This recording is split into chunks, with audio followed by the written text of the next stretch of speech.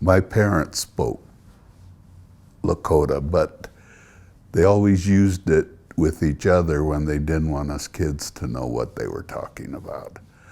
My mother went to the Holy Rosary Mission, which is now Red Cloud, and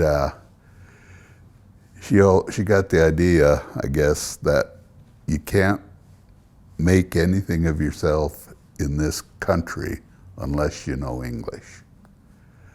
So they thought our kids are going to know English, and we aren't going to be so worried about them learning Lakota. However, down at Rocky Ford, a lot of people would come and visit my grandparents, and we had to spend summers there. And they would speak in Lakota to each other. And all us kids would just sit there and say, what's going on, you know? But we saw it was important to them, very important. So I'm kind of proud of this fact. When I was working at Black Hills State in the Center of Indian Studies there, we wrote the first grant to bring bilingual into South Dakota, the bilingual programs. At that time, it was strictly a Spanish program out of Washington, D.C. I guess I'm telling a lot of stories, but we went there to the Office of Bilingual Education in Washington, and we said, we want bilingual programs for Indian students. The languages, from what we hear, are dying. We said the people down at Pine Ridge don't think so, but that's what we hear. So we want these bilingual programs in South Dakota. And the woman, who was Spanish, looked at me and she said, where is South Dakota? She said, could you point to it on the map? She was from Mexico City. She told us later, and she wasn't that familiar with the United States. So it was kind of a proud thing, I guess, to do, to bring those in. And for 20 years, I was the coordinator of the Lakota language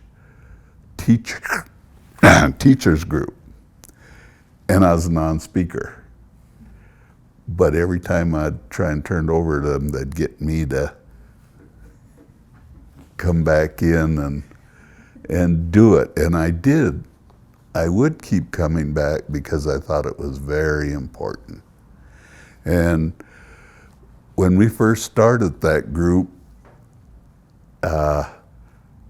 we invited every reservation to send a representative. And we had people like Jim Emery, Calvin Jumping Bull, Albert Whitehat, and people, of that caliber coming to those meetings. And we thought, we're going to get them all to agree to come up with one language, Lakota language. And there are different dialects that people always talk about, but they're fake, because the old Indians said, we didn't worry about Dakota, Nakota, and all that stuff.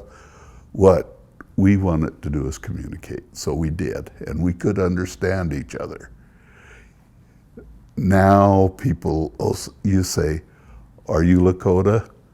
Oh no, I'm Dakota, I'm Nakota. If you start breaking it up like that, you're starting to bring division. So keep it. Don't worry about that. So after the first meeting, we were chewed out so much for trying to get everybody to speak Lakota in the same fashion that we gave that up. And we tried to promote the idea that each reservation should take their language and teach it to the children. So I've been very supportive of that idea that you have there, that we have to keep working at it and keep the language alive. And part of the thing that came out of that meeting of the Lakota language teachers was Albert's White Hat's dictionary and his work. And Vereen Cedarface also started one.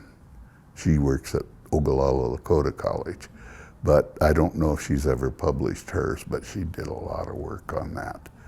And at Black Hills, we had Bertha Chasing Hawk, and oh boy, you know, a name just slips me, but come in and develop a language book, and I think Black Hills probably still sells them.